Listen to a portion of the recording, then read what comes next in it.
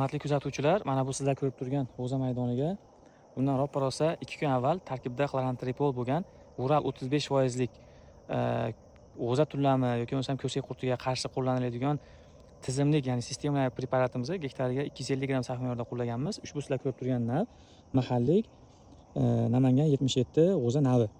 Ko'sak qurtini aniqlab, so'ng ishlov berganmiz. Mana hozir ishlov berilgandan keyin ko'sak qurtini lichinkasini ko'rishlaringiz mumkin. Tamomila zararlangan. Bu biror bir qimirlab yoki yeb boshqa bo'layotgan emas. Mana. Kimdir buni boshqa narsa ham deb o'ylamasin. Bu ko'sak qurtini endi 1 yoshdan 2 yoshga o'tayotgan lichinkasi.